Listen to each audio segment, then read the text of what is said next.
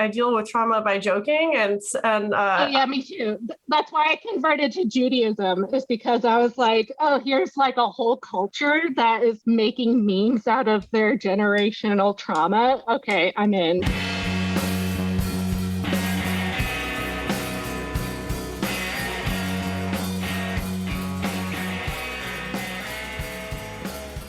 Hello, friends, and welcome back to another episode of Pickles and Vodka, the mental health podcast where imperfect people have imperfect conversations.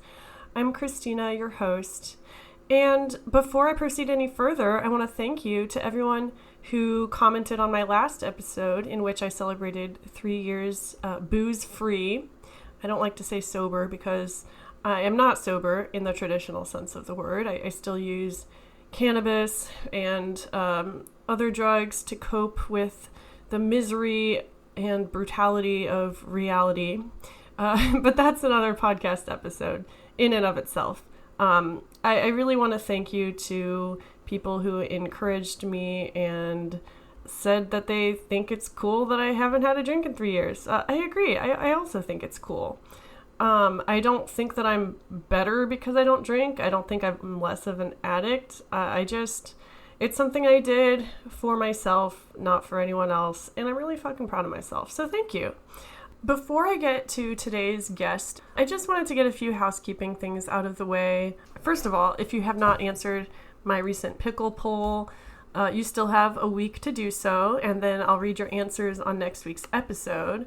This week, the poll is: what quote-unquote negative emotion were you able to reframe and use to the benefit of your mental health? I'll say it again. What negative, in quotes, emotion were you able to reframe and use to the benefit of your mental health? Next week, I'll be reading my answer as well as any answers that you all submit. It'll be lots of fun, and hopefully we can get a cool conversation going. Again, the reason I started these silly little polls was to just engage with my community more. I really like starting conversations. Like I said, it's the reason I started this podcast. And honestly, social media is one of my least favorite aspects of this venture. I'm not very good at it. I'm not good at posting regularly and engaging with people and all those other things that you're supposed to do as a content creator. But I really do enjoy hearing what you all think and providing a platform from which we can start these deeper conversations. And not that they have to be deep conversations. Even just having stupid surface level conversations about mental health is better than having no conversation at all. And so I'm a big fan of memes. Oh, that reminds me. I was trying to think of what I should say for this week's mental health update, because it hasn't felt like I've accomplished a lot in the last week. I haven't really been feeling bad, but I haven't been feeling good either. Life is just okay. We're surviving. We're vibing, if you will.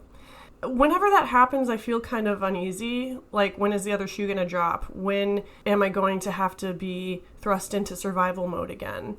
And I saw this post on Facebook, of all places. I say of all places, but I get a lot of my content from Facebook.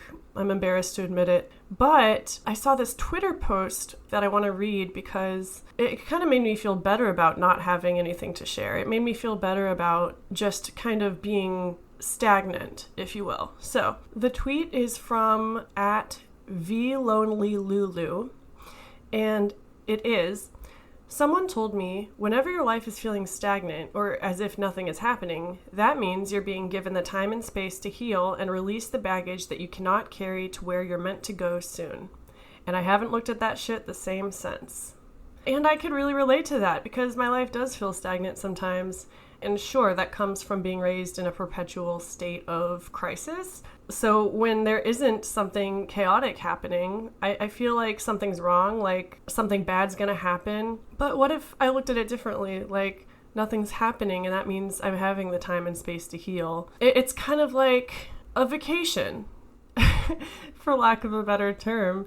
Like, this quote-unquote boring time in my life is actually allowing me to recover, or if I had to pick a different word, it would be process all of the other traumatic shit that's happened to me in recent years. So boring is not bad. Stagnancy is not sad. I'm turning into Dr. Seuss. But yeah, I thought that was cool and I wanted to read it.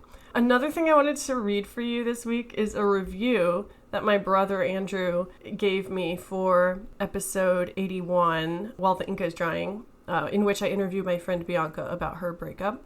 This is more of a story and less of a review. So Andrew sent me a series of messages yesterday at 3 a.m. his time. He lives in Guam with his wife Abby, so technically they live in the future. But anyway, Andrew messaged me about that podcast episode and his real-time reaction to it, and I thought it was really funny and I wanted to share it with you all. So he says, "Dude, when Bianca said, 'I need a pickle for my vodka,' I fucking lost it. But instead of laughing, I was like, 'Oh!' in capital letters. And as I was assembling a desk at the time, Abby heard it from the other room and said, 'What happened?' And I was like, 'Nothing, I heard a funny joke.' And she said she thought I got hurt. Ha ha ha.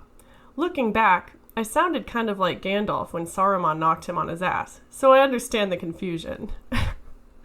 We grew up being fed Lord of the Rings through an IV, basically. We were total nerds, and we quote Lord of the Rings a lot to this day, so that's where that was coming from. But I told Bianca, my guest in that episode, what Andrew said, and she said, "LMAO, that is so specific. I need to look up this specific sound." So, you guys, I actually found the clip, and I'm going to play you that part. Remember, this is the sound that my brother Andrew made when Bianca said, "I need a pickle for my vodka." It would be wise, my friend. I think I can play this because it's 30 seconds or less. When did Saruman the Wise abandon reason for madness? Okay, so you heard the sound Gandalf made when Saruman knocked him on his ass, right? I'm just picturing my brother making that sound, building a desk and listening to my podcast, and it just makes me really happy. And hopefully some of you will be amused by it, if not enlightened. Anyway, moving on. I want to talk about today's guest because she's a really fucking cool person. Her name's Nikkole Hughes. I met her in Seattle in summer of 2020. We were at a lake party. I actually went with my ex, also named Andrew. God, there's a lot of Andrews in my life. It was the first time I had met any of his friends, and it was also the first time that I went out and did something social since lockdown. So I was pretty fucking anxious, but everyone was pretty cool. And I remember talking to Nikkole while floating on an inner tube. And at one point, I gave her my vape to keep in her fanny pack so it wouldn't get wet. We talk about it a little bit in our recording, but she is a sufferer of chronic pain as well as a myriad of mental health issues. And she also recently converted to Judaism. And so she talks about all that. In addition to being a mental health and chronic pain advocate, Nikkole is a poet.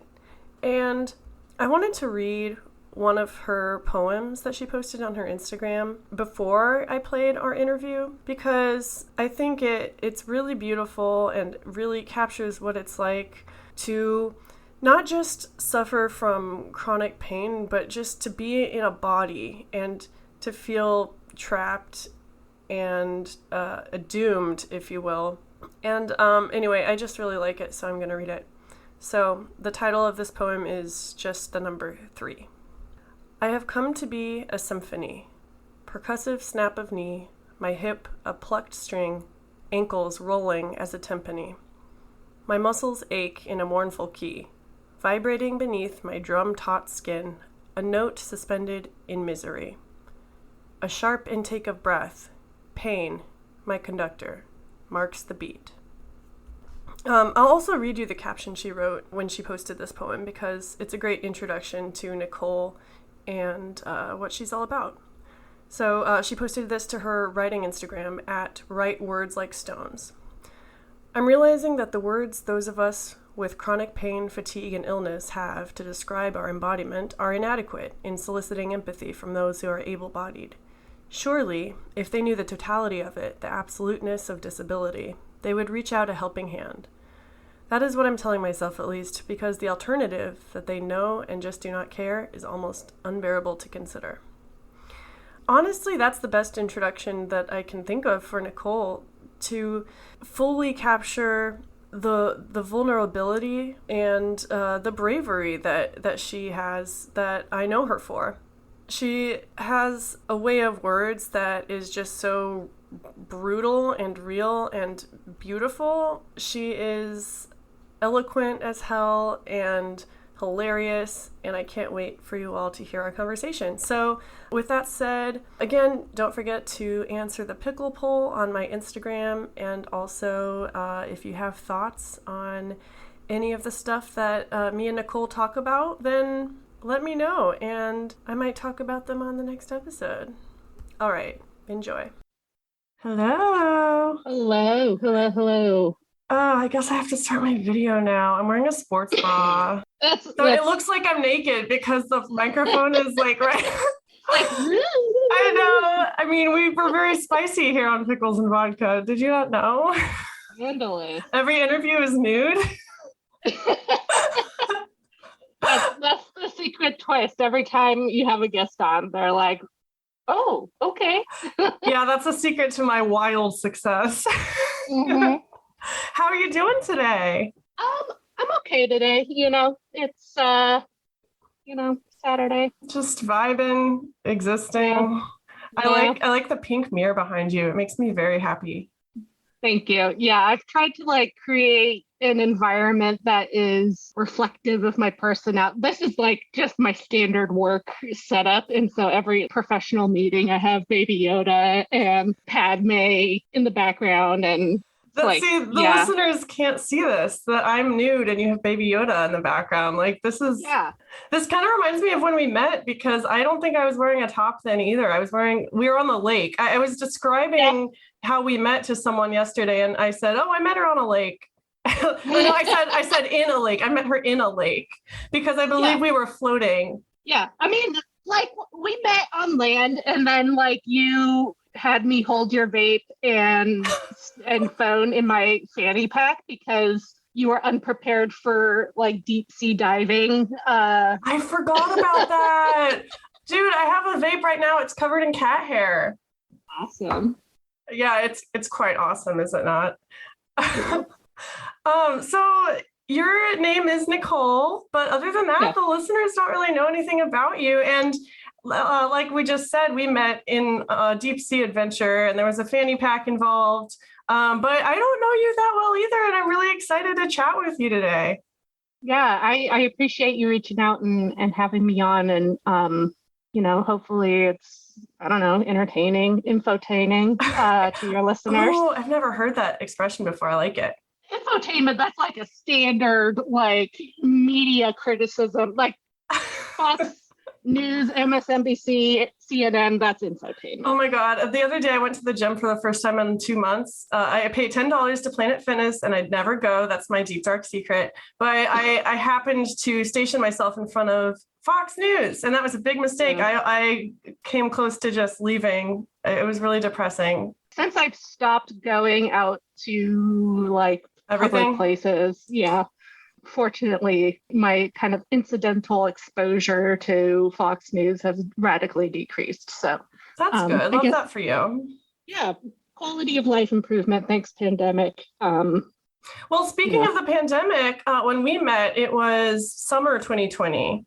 So if I recall correctly, it was my first time going to a social gathering. And I think I talked about it that week on the podcast, how anxious it made me to be around people and all the feelings that come along with that, which you have a lot to speak on. Yeah, I do.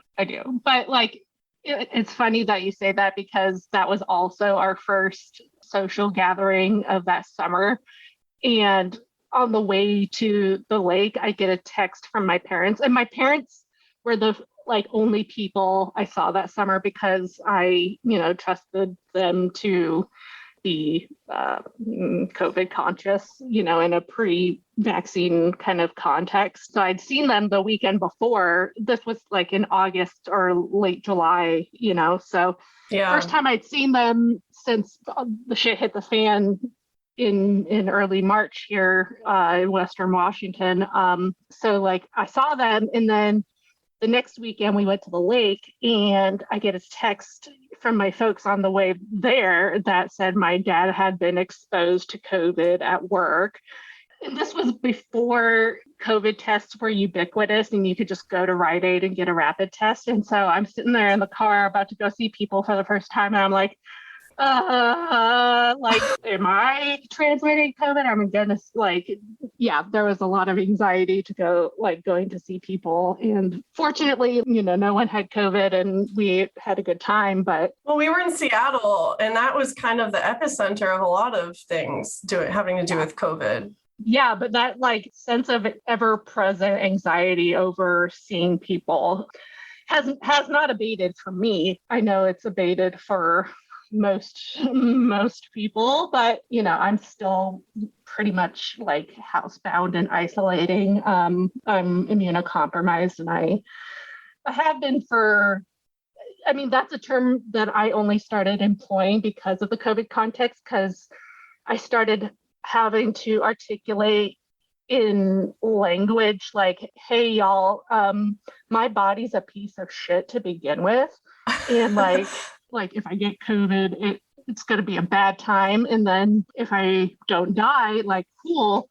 But my risk of developing long COVID symptoms is kind of, unduly high relative to the average Joe, which, the average Joe, the CDC has announced, has a 20% chance of getting long COVID, if they get COVID in the first place. That sounds extremely high. Yeah. That's scary as shit. That can be totally disabling, to the point where you are bedbound. That's a really high number. Yeah. We'll talk about all your health issues and everything. I want to know how this has affected you. But before COVID, what's your relationship with mental health been? I have been an anxious and depressed person from the womb. It's built into my mitochondria,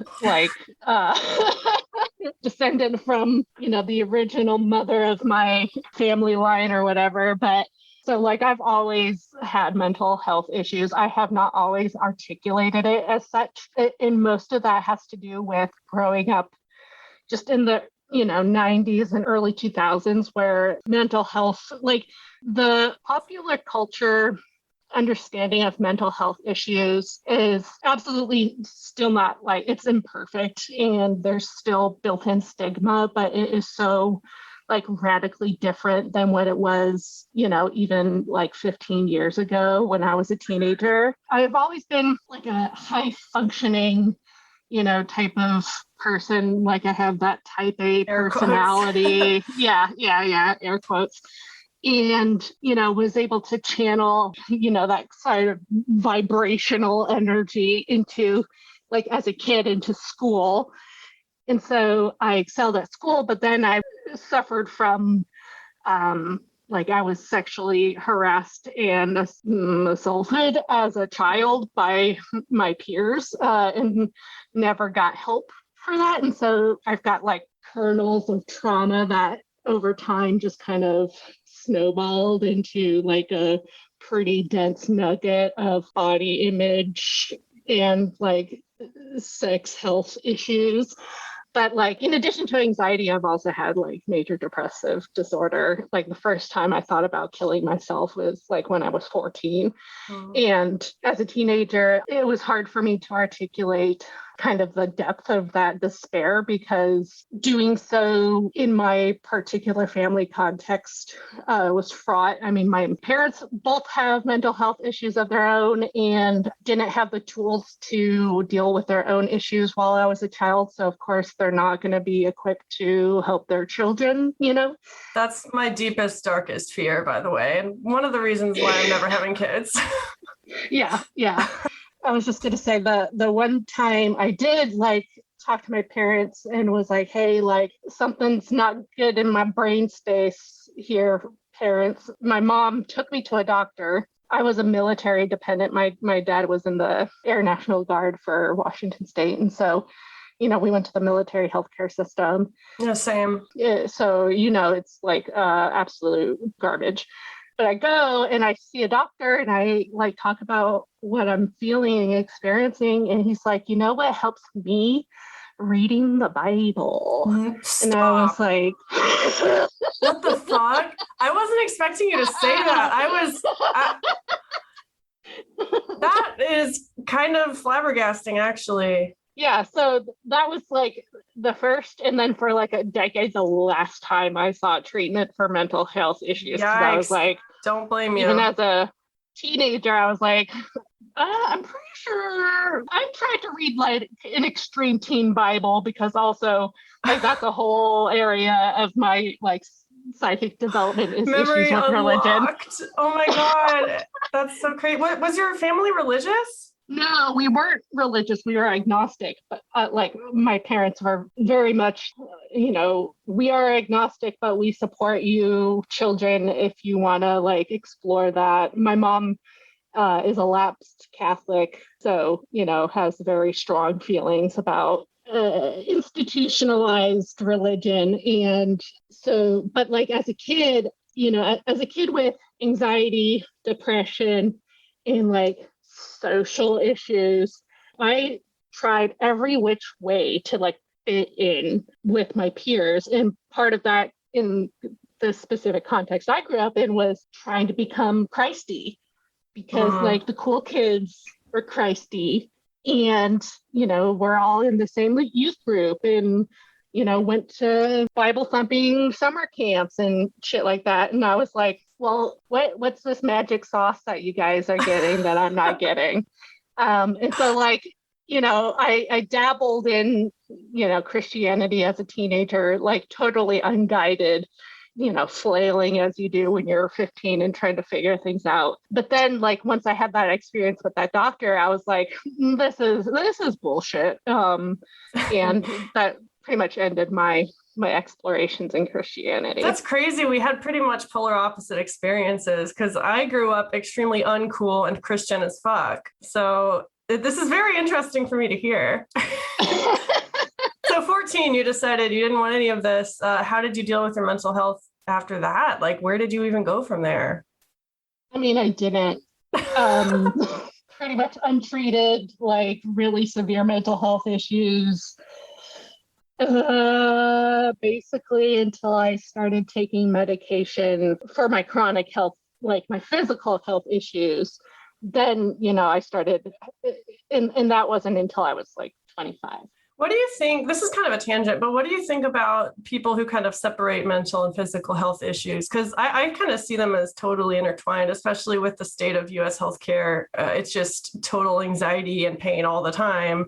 But what's your experience with that? Like, I guess I'm talking a lot. Tell me about when your chronic pain issues started and how you dealt with that. Yeah, so my patient narrative started in 2016, which is when essentially my body started falling apart with the quickness.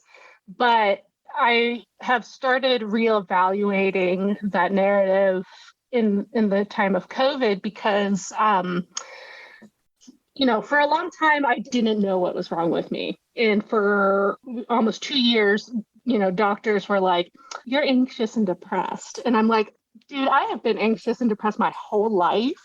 This is something fucking different.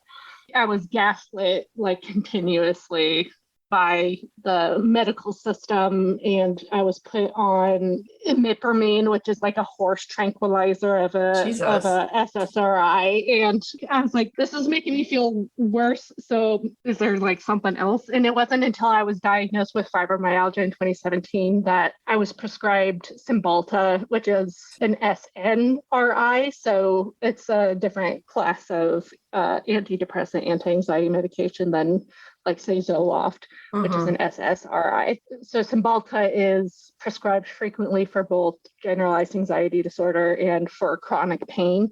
And, that's when I started getting treatment for the mental health issues. But I've had like 2 cups of coffee, by the way, so I'm going to be all over the place.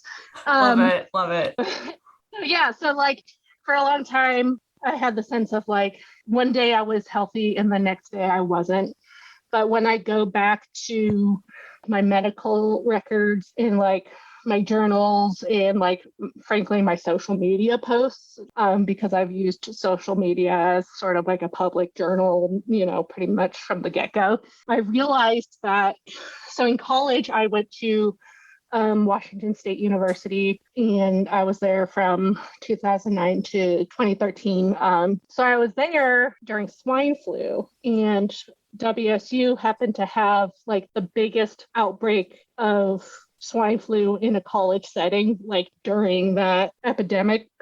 I don't know what they would have classified it as, but I for sure got it because it was the most acutely sick I have ever been in my life. And I posted about it like in 2010. I was like, it's been 2 weeks and I'm still sick.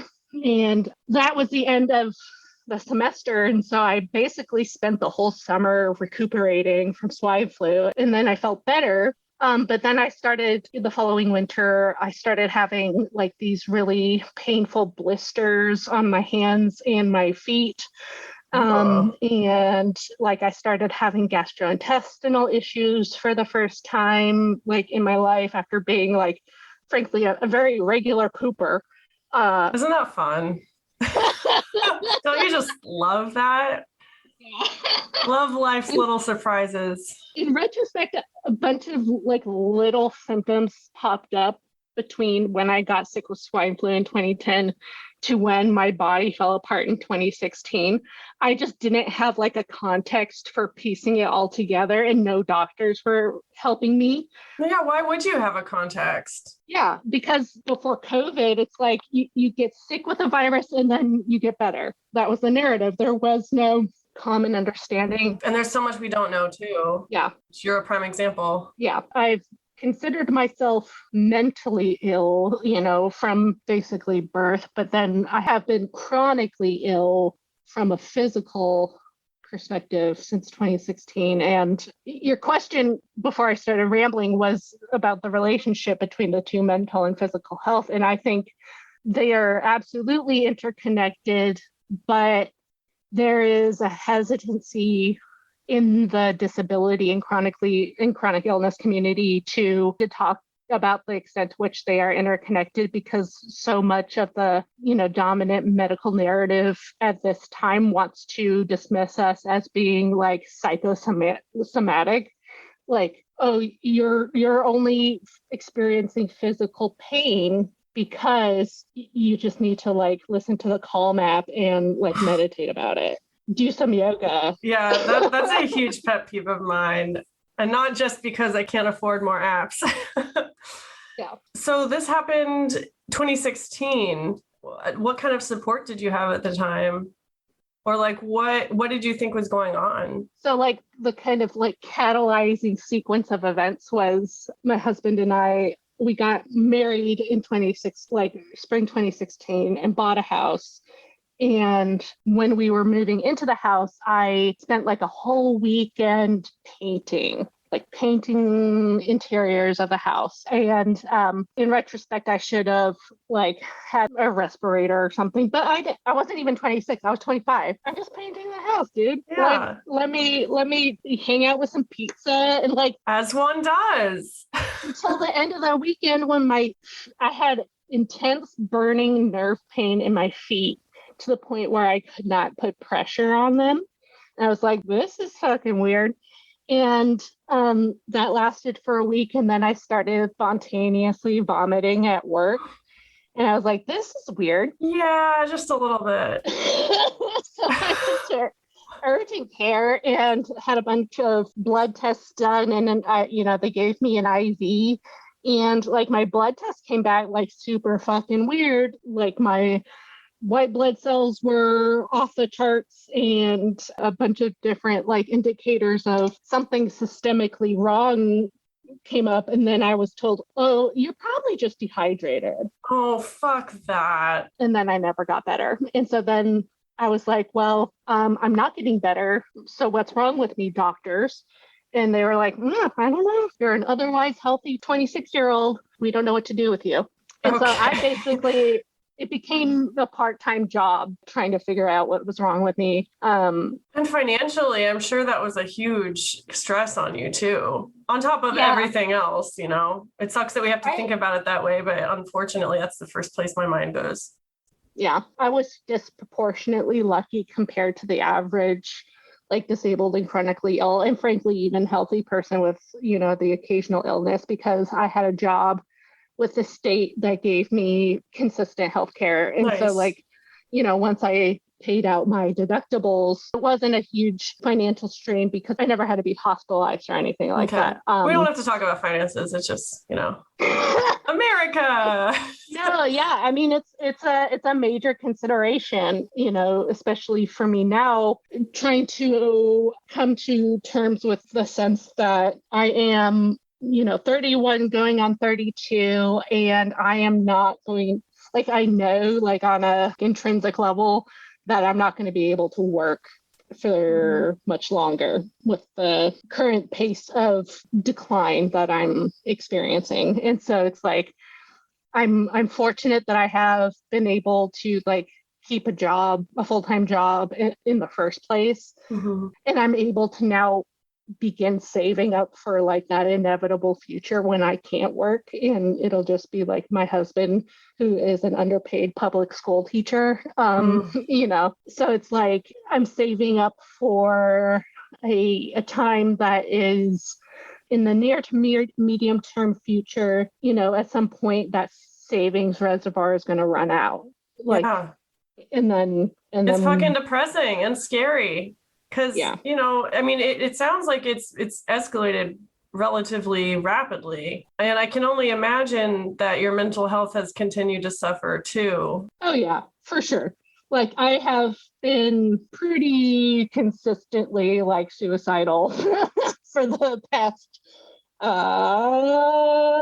months or so. And it's like that is something that I am in therapy. Like I'm lucky in that I have my therapist is also chronically ill. And so I don't have to convince him that my physical existence is painful. That is the dominant characteristic of living in this body that is Nikkole Hughes. It's just gristly ball of like pain. And so the mental illness in my brain is like, you're going to just continue living in pain like this, bro? Like, it's hard to find reasons to keep going. I am isolated. My friends have largely abandoned me because, they want to continue. They want to go back to like a pre-COVID life, and they largely have. And I can't because I don't want to become more disabled than I already am. Of course. And they, are unwilling to make accommodations for me, and in fact have iced me out of their social interactions and stuff. So it's like society at large tells me that, like, because I am less productive or whatever, I'm therefore less valuable. My friends have largely abandoned me. My body is a piece of shit. And so then it's like, so what? Why? Why keep going? Like, why continue? At a very like fundamental elementary level, the reason why I'm still here is because I have 3 dogs, and you can't explain suicide to dogs. And that is the logic that like keeps me alive. All right, first of all, I get it. And sorry for laughing earlier. I deal with trauma by joking and Oh yeah, me too. That's why I converted to Judaism, is because I was like, oh, here's like a whole culture that is making memes out of their generational trauma. Okay, I'm in. Like, I'll join your club. Oh my God, I love it. When did that happen, by the way?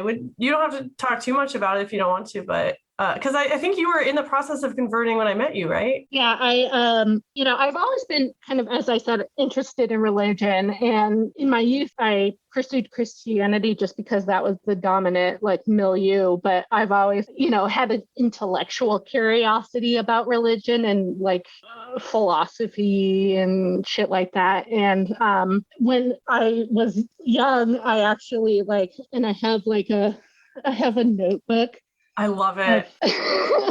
So when I was a kid, like 11 or 12, I wrote like a bucket list because I was like, I need a reason to. I mean, I've always been an existentialist at some level. And so like I have this list of life's hopes. Wait, can you hold that too close to the camera? I want to take a screenshot. That's amazing. Yeah. So, do you want me to read them or you want me? You should read them. You should read them. So, okay, you just kept holding it up. Number one is write a book, and I wrote a novel. It's a shitty novel, but we will I did talk that. about it. So check, wrote a book. 2, read an encyclopedia. Wait, how old were you? Like 11. You're my hero now. Carry on. And then number 3 is become Jewish. Like what? I totally forgot about this. So I obviously had this sense of like, I knew enough about Judaism that I was like, I want to be part of this. And then I forgot about it. In 2019, I joined Twitter because I wrote this novel and I knew that the writing and publishing industry is largely on Twitter. You can meet literary agents on Twitter and shit like that. And so I joined the writing community on Twitter in 2019 to ostensibly like try to get this book published. There's no surprise that there's a lot of Jews who write. And so it's like I started following writers who happen to be Jewish. And then I started following rabbis on Twitter. And her name's Rabbi Danya Rutenberg. She, has these really good threads about Judaism and like progressive Judaism espouses. And I was diving really deep into it. And then I heard on NPR like this review for a new translation of the Hebrew Bible by Robert Alter. By training, he's like a literature scholar. He like studies literature, but he also has this focus in Jewish literature. And so kind of his magnum opus is this translation of the Hebrew Bible from the Hebrew into English. And he did it over the course of 30 years. His framing for this translation is to like restore the poetry that is inherent in the Hebrew that just wasn't coming through in the English translations, and it like pissed him off. And he's like, I'm just going to do it all myself. And it took him 30 years. And then the complete body, like 3-volume body of work was published. And I was like, this seems cool. Number 5 on my list of life's hopes is to read the Bible. Oh, and so I was like, there you go. If I'm going to read the Bible, this is the version that I'm going to read because it's not from a Christian perspective. It's from the perspective of, it's how it was written. Like it's original. Yeah. It hasn't been warped. And so it's like, I'm reading the Hebrew Bible and I'm following rabbis on Twitter. And I was like, something just stuck. And I was like, I want to be Jewish. And then I started like the process of converting. I reached out to the local rabbi here in Olympia. It was actually the week of Purim, which is a Jewish holiday. And it was the week that everything shut down in March 2020. It's a fun little quarantine project. Yeah. My quarantine project is like, I basically did homework to become Jewish. But in the course of my Jewish education, my mom gave me this stack of notebooks that she found from my youth. And then I found this list from when I was 11 that said I wanted to become Jewish. And it's like, oh, cool. I just got chills. That's fucking insane. We're going to take a break. And when we come back, Nicole's going to finish reading her list. I'm literally on the edge of my seat. See you soon. Okay, let's talk about your list. So you had write a book, read an encyclopedia, become Jewish. And so I'm really curious, like, what else is there? Like, where can you go from there? Number 4, live in Ireland. And then I wanted to read the Bible. I wanted to learn 4 other languages. I kind of know Spanish. I took 4 years of Spanish, including in college. And then I know the Hebrew alphabet, and that's about it. Hey, you're halfway there. Talk about reasons not to kill yourself. I got 2 more languages. You got 2 more languages to learn. So you were in this world of of Jewish authors and literature, and you were in the process of converting. And it sounds like your parents were involved too. Like, that's really cool. They knew about it at least. My mom, in the course of like her adult development, has become like straight up hardcore atheist. And so she was actually kind of uncomfortable a little bit when I started converting, because I think her experience of religion is one of trauma. And so in her mind, she's like, okay, I understand wanting to know more, but why do you want to like join the club? And it's hard to articulate to people who have been, frankly, victimized by the weaponization of religion and compulsory religion, in the course of growing up. But, as an adult, it was an act of me choosing an intentional community. It's not like my beliefs changed. My beliefs didn't change. What I found was that my beliefs were resonating with this existent religion. And I think people who are Christian, they get this dogma drummed into them where you have to believe in God, the Sky Daddy, who is an anthropomorphized deity who artificially inseminated a woman named Mary and put his midichlorians in her. And then that was Jesus, and Jesus died for your sins. And if you don't believe in the supernatural part of it, then you're going to hell and you're not a real Christian. I want to applaud right now, but I don't want to ruin the audio. I'm just picturing entering Christianity as a newcomer. That's basically the idea is you have to change to fit in. Whereas you're saying you found this religion and it was saying all the things, it was speaking your language. Yeah. Part of it is people don't have a good understanding of what Judaism is to begin with. They believe that this Christologized kind of set of assumptions that there is such a thing as Judeo-Christian and that they are synonymous with each other, and they are fucking not. Like, in Judaism, you do not have to believe in a supernatural sky daddy named Yahweh. You do not have to in order to be Jewish.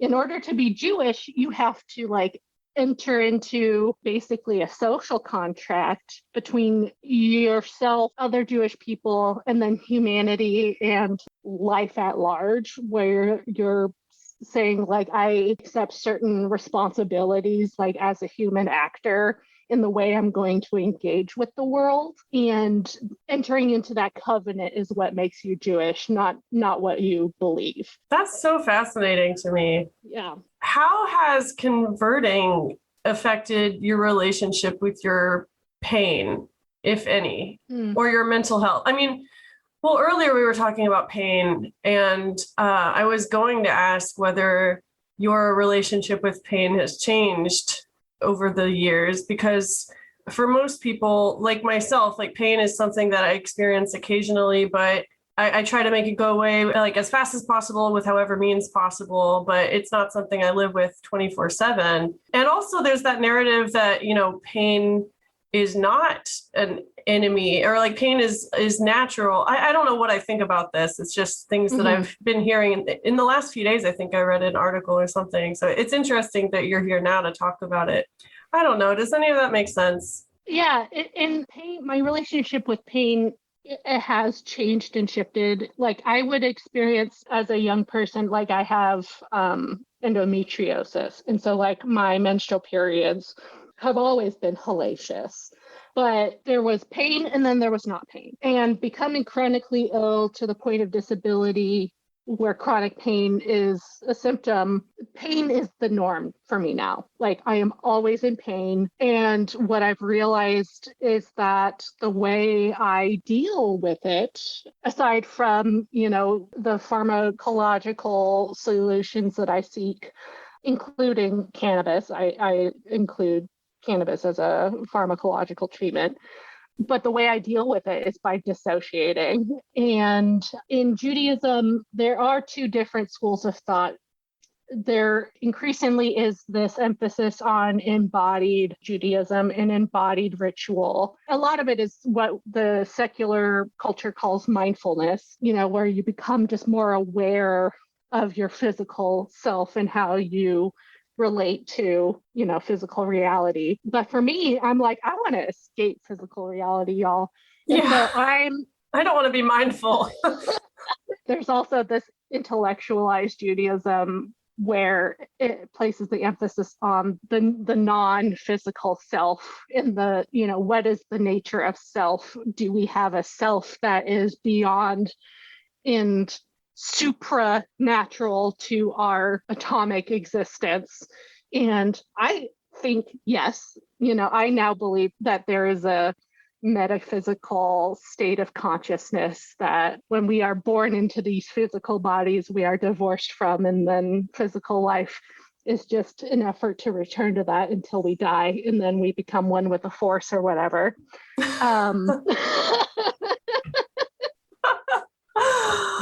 Oh my God, that's a pretty good pitch. It has this realism that I'm attracted to. Yeah, I love Judaism. It's like so fun. And the other thing that I really like about it is that like there's an emphasis on communal worship and prayer and song, but like a huge part of what it means to do Jewish and engage in a practice of faith is to study the Torah, like to study and to read books and to like talk about what you're reading. Knowing what you're talking about? What? And it's like the evangelical Christian idea that like, the Bible is the absolute word of God and that it's been divinely inspired the entire time, blah, blah, blah, blah, blah. Like in Judaism, most Orthodox Judaisms would say, like, yes, the Hebrew Bible, the Tanakh is divinely inspired, but it is not set in stone. And there's a 2,000-year-old history of interpreting that called the Oral Torah or the Talmud in Jewish law, derived from the Bible, where it's like it's the history of Jews trying to take the core principles of what is in the Bible and updating them for the evolution of human civilization. Yeah, see, that's what I don't get is that like why not take credit for evolving the interpretation and adapting as society moves on? Like, why not take credit for that? Humans are good at that. We're good at interpreting things and making art and like understanding things in our own way. Like to say that it hasn't changed in 2,000 years, it's kind of bullshit. I was fighting so hard not to eye roll when you were saying that. Yeah. Aside from your parents, how have people taken this news, this evolved Nikkole? I think most people have like taken it in stride. My husband really likes it because he's a contrarian and he's been supportive of me on this journey, like has used it as an opportunity to like combat Christian supremacy. He's a teacher. And so like, when his school does Christmassy stuff, he walks in with like this big light up Hanukkah sweater that I have. And he's like, yeah, no, it's not just about the Christians. Like, you can't, blah, blah, blah. And so he likes it because he can fight people about it. I think most of my peer group was confused, except for when I talk about it like this. And then they're like, okay, now I get it. Have you found that people don't want to listen? It depends. There is one particular person, I think, who has decided not to like engage with me anymore on the basis of the fact that I am now religious and now like I make fun of like Christianized atheists who apply their religious trauma to their analysis of all other world religions, including minority religions like Judaism. There are only 15 million Jews in the world. They killed most of us off in the Holocaust, spoiler alert.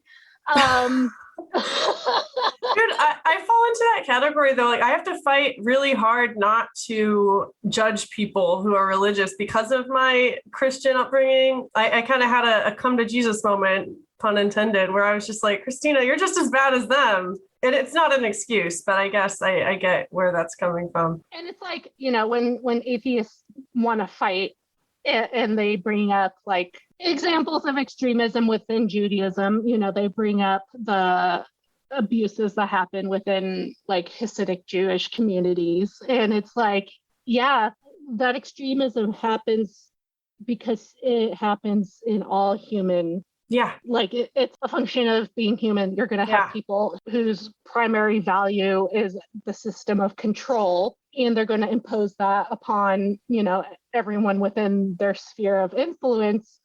And it's not a characteristic intrinsic to Hasidism in general, which is actually like a mystical movement within Judaism. But like you will find that everywhere. And where there is not religion, people come up with shit. Like they because we're people. QAnon, like Trump. You know? So like it's like I'm sympathetic to that, but I'm also impatient with people who are unwilling to consider the fact that there's actually something beneficial to religion in that it, actually is a pro-social human adaptation that actually predates like Homo sapiens as a category. It can help people, and like it's what works for you. You're not forcing everyone around you to convert to Judaism. It's like, why can't people just listen to what helps other people and let them be? Yeah. And maybe learn something. In Judaism, that's another like mark in the pro corner is that like Jews do not prophesize. Like we do not try to get people to convert. Like it took me over a year. It's like, it was like an associate's degree in being Jewish. It's not like I show up to a church and some guy named Mike dumps me in a tub and says, now you are Christian. Yeah, it's ridiculous when you think about it. So I kind of want to get real here. When we were messaging, you said you wanted to talk about suicide. What about what did you think about suicide and how has that affected your own experience? I'm really curious. Yeah, suicide is an action of last resort. And it's something that has always like fascinated me. Like even as a kid, I was like, that's dark, man. Like what, when I wasn't suicidal, I was, I've always been curious about what drives people to suicide. Or how people how they do it. I wished sometimes I could, like, that sounds dark as fuck, but like I am fascinated by it too. Like how can someone do that? And I've been suicidal, but no attempts or anything like that. And it's just, it fascinates me. Yeah. I have not attempted suicide myself. I've always been able to land at some sort of like logic function where at the end, I don't want to, even if I at my core believe that, my life doesn't have value and that it is marked primarily by suffering. I do know that people love me and that those people would be traumatized by my death. And I don't want to traumatize them, even though I don't want to exist anymore. But that desire to not impose pain on others has always kind of been the dominant backstop. And, that includes like my human and non-human family. Right. I was going to say. I have mixed thoughts about living for other people, including pets. Do you think that's a good argument? There are no good or bad arguments. There are just arguments, I think, when it comes to dealing with suicidal ideation. And like, the more I learn about the state of mental health care in relation to suicidal ideation in particular, like right now, the state of mental health care says you should be institutionalized. And it's like, actually, that is deeply traumatizing to people, and maybe we should be reducing the factors that cause people to feel like they need to kill themselves and to begin with. Like a lot of suicides are deaths of despair caused by economic trouble. And it's like, well, maybe we should like restructure our fucking society such that we're taking care of people and that people's basic needs are met and that we're like building communities of care and networks of compassion with each other. It's a balancing act because obviously we can't do that overnight, but then that's what the dogs are for, Yeah. There's I really like that you said there's no good or bad arguments. There's just arguments. And at the end of the day, it's what gets you through the end of the day, Yeah. So what does get you through the end of the day? I mean, when I am in a spiral, what gets me through it is just fucking getting high and letting the pleasure centers of my brain overwhelm me for like just enough to until I fall asleep. Same, dude. I feel like such a hypocrite because I'm sober from alcohol, but like I smoke hella weed and I don't have health insurance right now. And so I'm not on antidepressants or anything. And like, God bless weed, you know? Like, I don't know what I would do without it, but it's hard to talk about. Yeah. Do you find any judgment in the religious community? No. Like there's a subculture within Judaism that is like really into psychedelics and entheogens and using, frankly, drugs as like a gateway to the divine. And so, I'm giving you the side-eye emoji in real life right now. Like, it's real. Like I could give no, like sign me up. Like I'm super interested. There's like a whole conference circuit talking about like the science of psychedelics and the nature of consciousness, and you know how basically Jewish people are much more inclined of viewing Judaism itself not as like the ultimate truth. Even, you know, Orthodox Jews who believe that like Jews are the chosen people of God and, you know, the nation of Israel, not the nation state of Israel, is the body of priestliness on earth, and like the purpose of Jewishness is to, you know, enact mitzvot such that you bring on a state of perfection that like heralds the Messiah. Like it's very structured.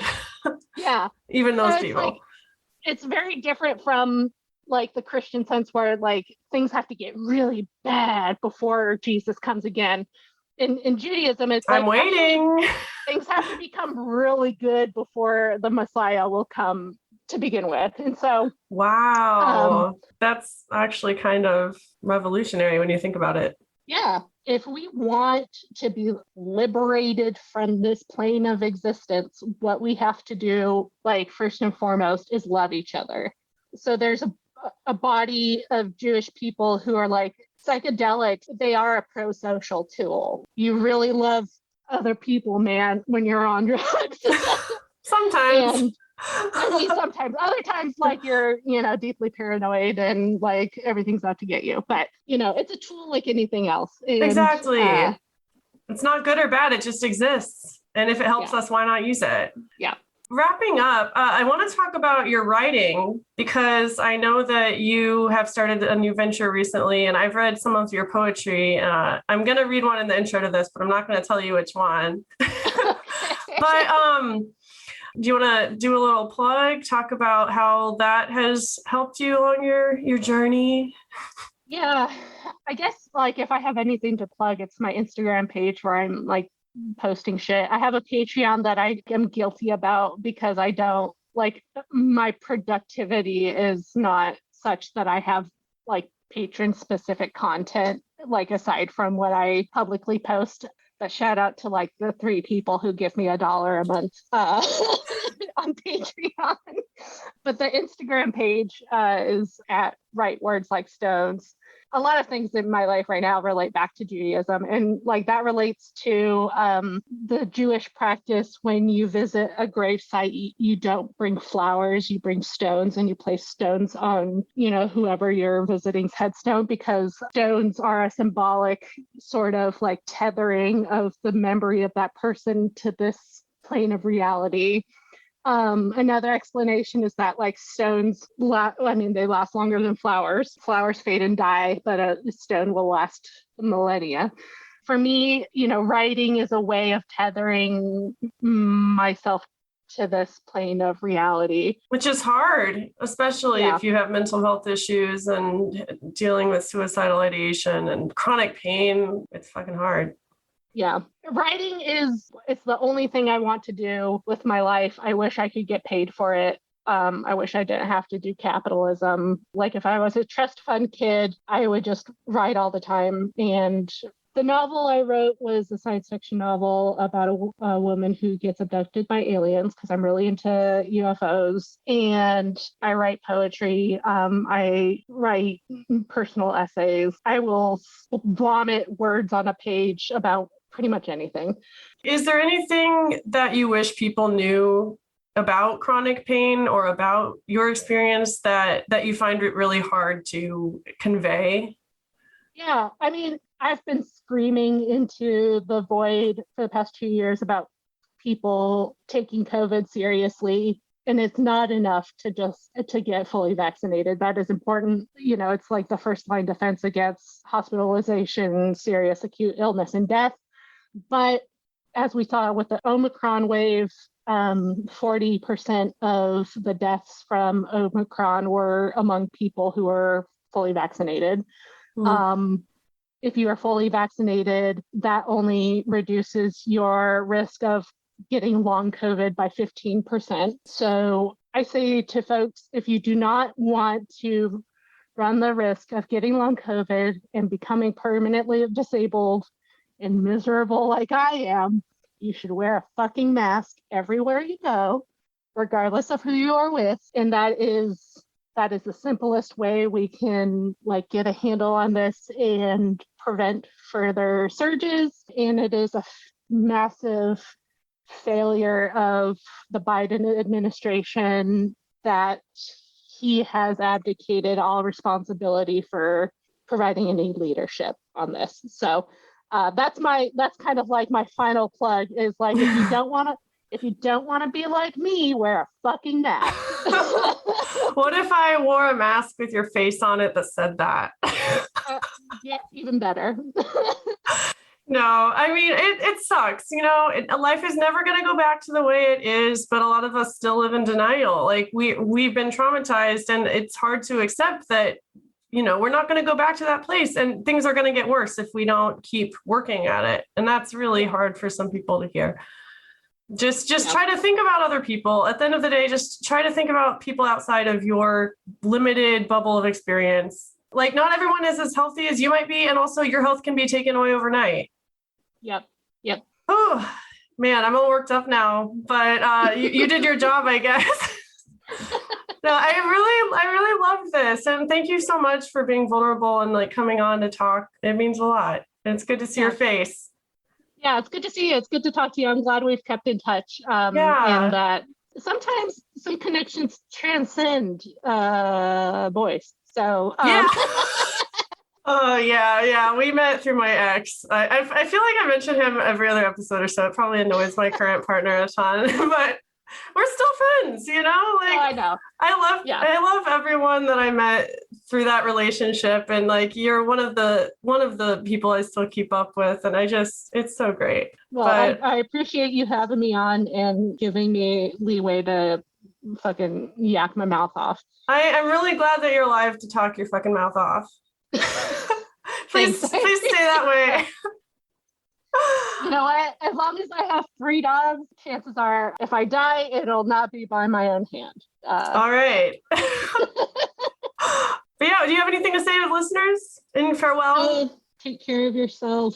Fuck the system. Question everything, except for don't question everything that you go to fucking QAnon. All right, I couldn't have said it better myself.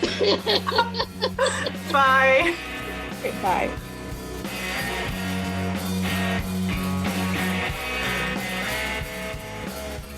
Hello, friends. It's Christina again. As always, thank you for listening. If you want to support Pickles and Vodka, you can give us a rating or a review on Apple Podcasts. Follow us on Facebook and Instagram, Pickles and Vodka Podcast. If you could relate to anything at all we talked about today, or you just want to say hi, email me at picklesandvodkapodcast@gmail.com or DM me on Instagram at Pickles and Vodka Podcast. Stay safe and have a good week. Bye.